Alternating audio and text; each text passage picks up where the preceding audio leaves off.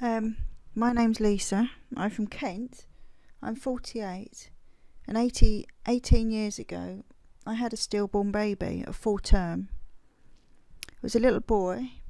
He weighed 10 pounds 4 ounces. But he was dead. Now in the May, I had him in 2001, January 2001. In the May 2000 I found out I was pregnant.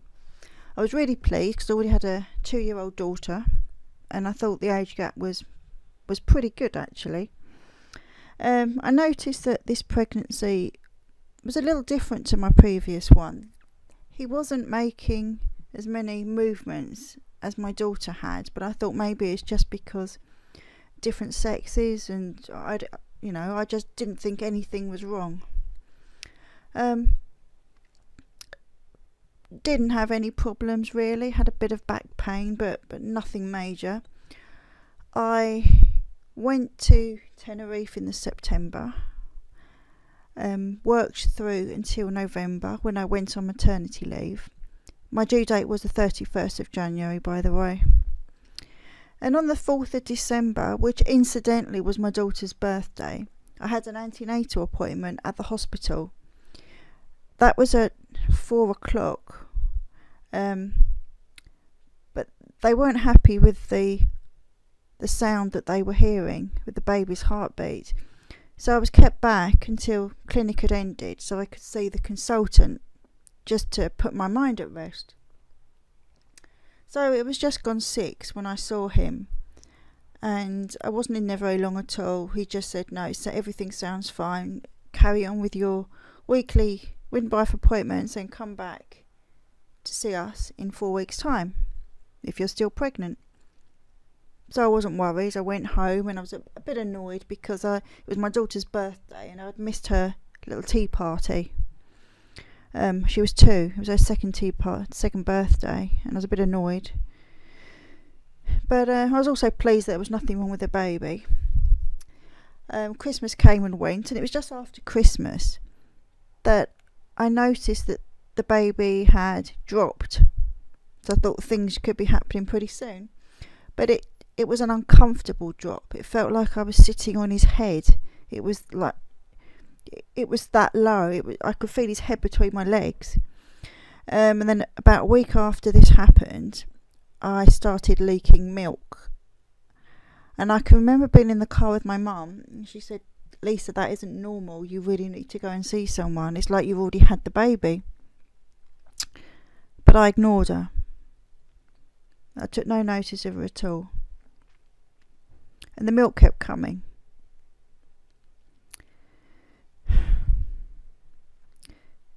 The whole pregnancy had felt different to before.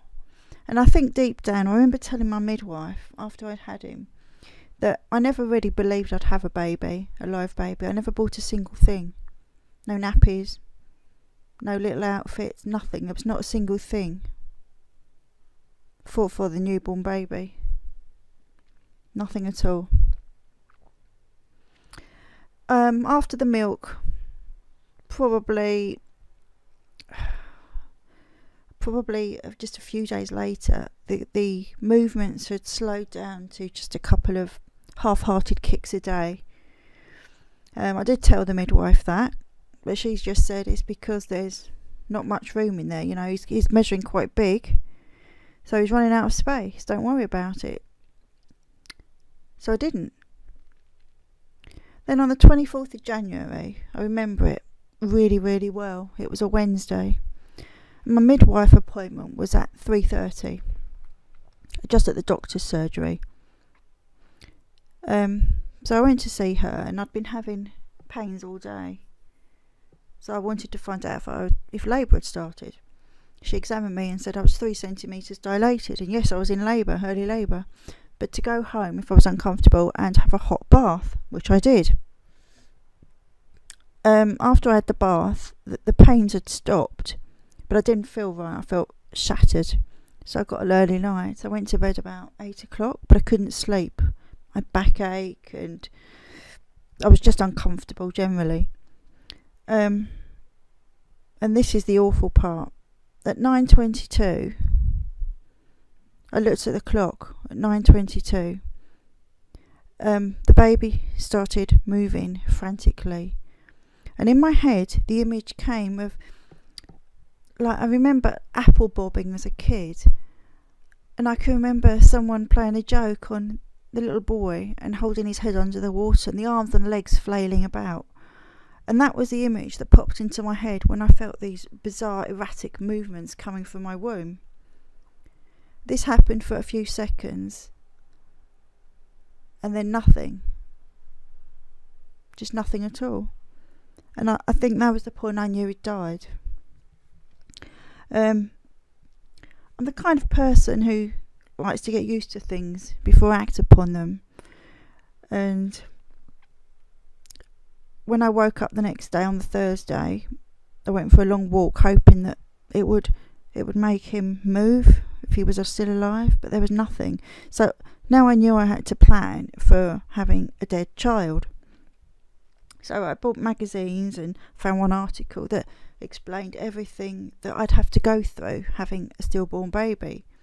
Like, you have to go through natural labour. You can't have a caesarean because there are several reasons. It's safer to have a vaginal delivery, and secondly, it helps you come to terms with it. If you physically have to push out a dead baby, then you know it's happened and you can move on quicker. And I get that, I understand it.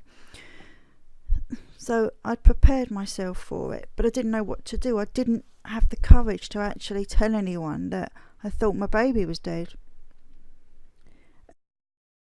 On the Sunday, I decided to take my daughter to the park, but it wasn't really for my daughter.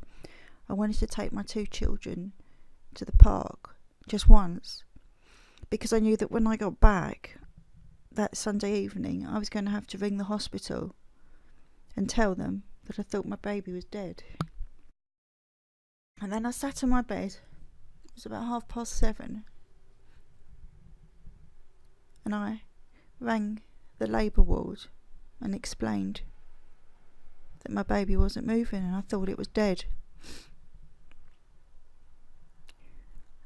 So they didn't really believe me. She said, "Oh, well, you come in. You can come in and we'll examine you."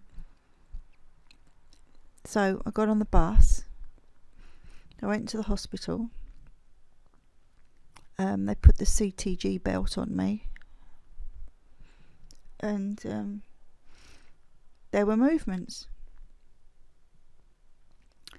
I couldn't believe it. So I said, "No, please, please, please, can you scan me? Give me an ultrasound." And they were really, really rude to me. They accused me of being an over-anxious mother, trying to make problems where there weren't any. I was treated in a most appalling manner. I kept on and on and on, and they said, "Well, it's Sunday, we can't scan you. Come back tomorrow 3:30 in the afternoon to have your ultrasound, and then that will shut you up." They were her words, the obstetrician's words. "That will shut you up." So it was 2:30 in the morning by the time I got out. There were no buses. I had to walk home for 3 miles. 9 months pregnant. I didn't get home till 6 o'clock in the morning. I grabbed a few hours sleep. I was exhausted. And then I couldn't really wait for the appointment to come round, and I got in my car and I drove to the appointment. And the last song I heard on the car radio was "All You Need Is Love," and it was in German. It's funny what you remember. And that was the last song I heard, thinking that I was still pregnant. I went for my ultrasound. I had it, and the lady doing it called over her colleague and said, "Can you see an FH?" Well, obviously I know what an FH is. It's a fetal heart. And before she even answered, I said, "He's dead, isn't he?" And she said, "I'm sorry, yes." So I said, "Oh, that's such a shame, because I was in last night and he was alive." and they looked, and I didn't think anything of it. They looked at each other, and she said, "It looks like he's been dead a while," which I couldn't understand. I thought she'd made a mistake, and the rest is a bit of a blur. I rang my mum and told her what happened, and they took me to labour ward with all the newborn babies crying. I was in a room called SANS room, Stillbirth and neo-natal death room, and they put me in there, which was on labour ward. It was awful. It was really, really awful. Anyway, I was induced. The contractions started getting bad at about 7 o'clock at night. And I gave birth at 2:38 in the morning. And it's funny, even now,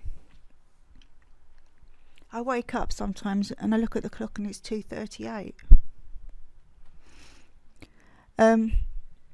What came next is quite horrendous. Now in this part, I'm going to be describing something that some of you may not want to hear, especially if this has just happened to you. So I advise you go and watch something a bit more cheerful. Anyway, I'd just given birth.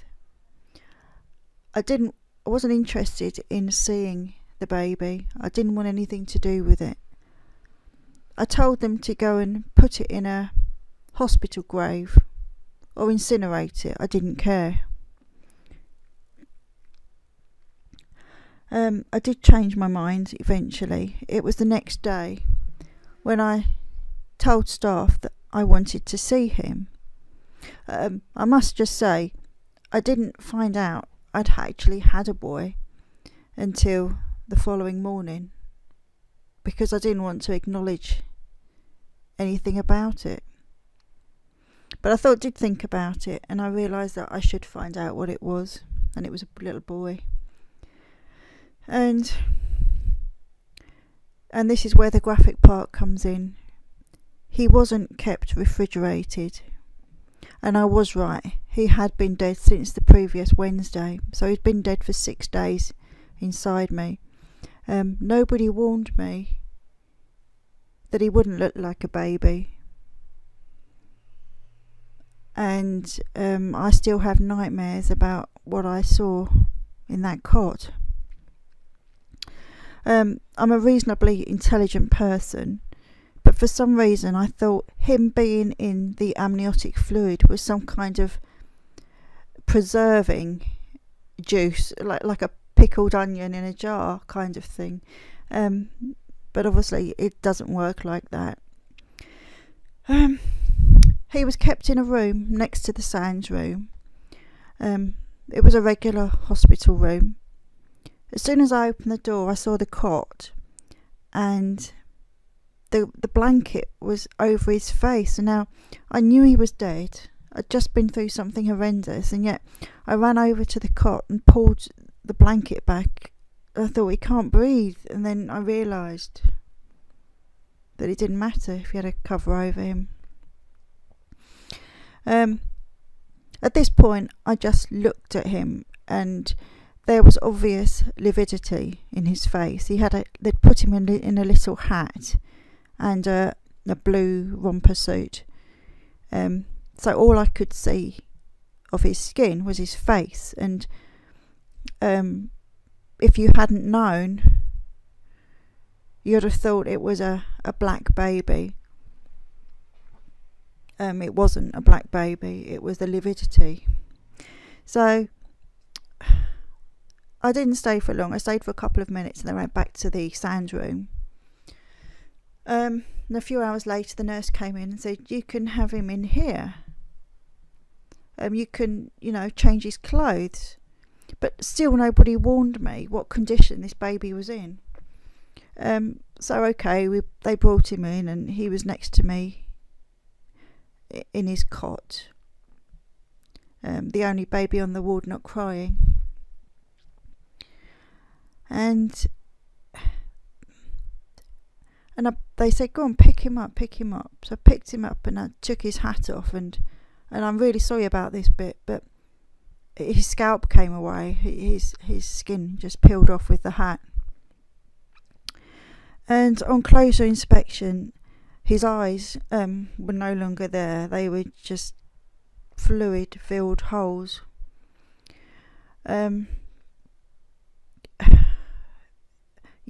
It's an image that I'll never ever forget.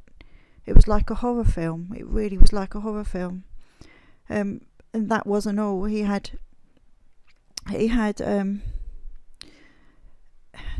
degradation of his abdomen, so that when I tried to change his little blue blood-stained suit, his internal organs were beginning to spill out.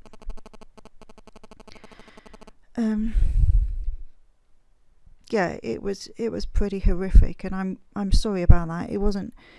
I just wanted you to understand what I went through, and hopefully, if you are listening to this and you have had a stillborn baby or a late miscarriage, then maybe it takes the edge off it for you a bit. You know, hopefully you didn't have to see what I had to see. I hope so, anyway.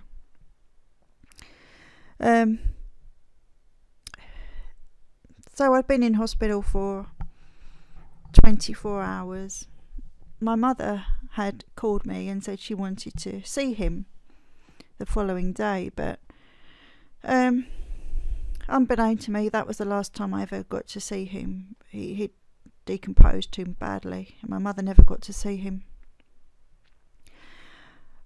When you have a stillborn baby, they present you with a handprint, a footprint, a lock of hair, and a Polaroid picture.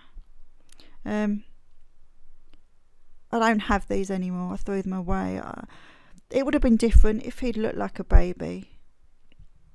Look, if he'd looked like a baby that was asleep, it would have been a different matter. I'd have kept them, but it was too horrific to have. I would never have looked at them again. I would never have shown them to anybody. It was a nightmare, so I no longer have them. But I'll never ever forget his face, ever. I went home after 4 days because he'd been dead inside me for so long. I developed a blood infection and I had to be on IV antibiotics. So I was in hospital a few days. And then, of course, I go home and I have to think about registering the death. I didn't even think about this in hospital, but I had to, where I should have been registering a birth, I had to actually register a death. And then the funeral, then I had to make the funeral arrangements. With a baby, most funeral directors don't charge you. I was at the time working for Sainsbury's and they gave me £500 towards the funeral expenses, but of course there weren't any. So I spent the money on a marble headstone for him. The funeral was difficult. I was surprised that many of my relatives didn't want to come to the funeral, so it was just me, my daughter, my mum and her sister. No one came, hardly. They sent flowers, but I wanted the support, but I didn't get it. The funeral was a turning point for me. The day after was my final visit from the bereavement midwife. And she told me something. She said that women who go through this, some of them take it with them to the grave and it ruins their life. And I was determined that that wasn't going to happen to me. Otherwise, that's 2 lives down the drain, isn't it? So I've always been a pragmatic person. People misinterpret that as being aloof and uncaring, but it's not the case at all. I am pragmatic. And I decided that this was something awful that had happened to me, but I had to move on. Now, I'm not saying I did it straight away, not by any means. The week after the funeral, I was at my aunt's house, and my mum had come in and she said, "Oh, it's so sad, there's a dead fox outside." And I went crazy. "It's a bloody fox. Why don't you react? I've just had a dead baby. No one reacts at all about that. But you're all upset over a fox." It did change me. Without any doubt, it did change me. I am less tolerant of people who complain about silly little things, like the hairstyle's gone wrong or their false nails have fallen off. I haven't got time for any people like that. I think it's made me a stronger person. And I've been through other things. I've had cancer and lots of other awful things. And I don't think I would have come out the other side of them had I not had this stillborn baby. Although I'd rather have had him live, he has helped me.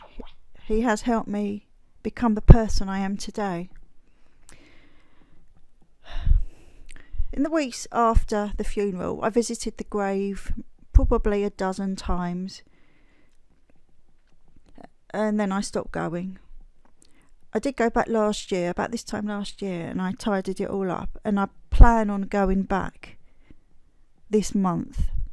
So I may take some pictures of before and after and show you my green fingers. If any of you are going through this or or know someone who's gone through this and you want to ask me anything, maybe coping skills, how long does the absolute feeling of despair last? I know it's different for everybody, but if I can help anyone in any way, just drop me a line and I'll do my best to point you in the right direction. I never actually had any counselling other than the bereavement midwife. I channeled my energies into qualifications. I went back to college, and I moved on. Of course it's still painful today, but it's further away now, and it does fade. My daughter should be 21 this year, and the thing she always wanted was a sibling, but unfortunately my pregnancy 18 years ago was the last time I ever carried a child beyond 20 weeks. I've had 13 miscarriages since, so I only have a daughter, and I'm grateful for that. Always be grateful for what you have, and you shouldn't really dwell on what you don't have. I hope you haven't found this too difficult, and as I said, if you've got any questions, just drop me a line and I'll do my best to answer them. Thanks for listening.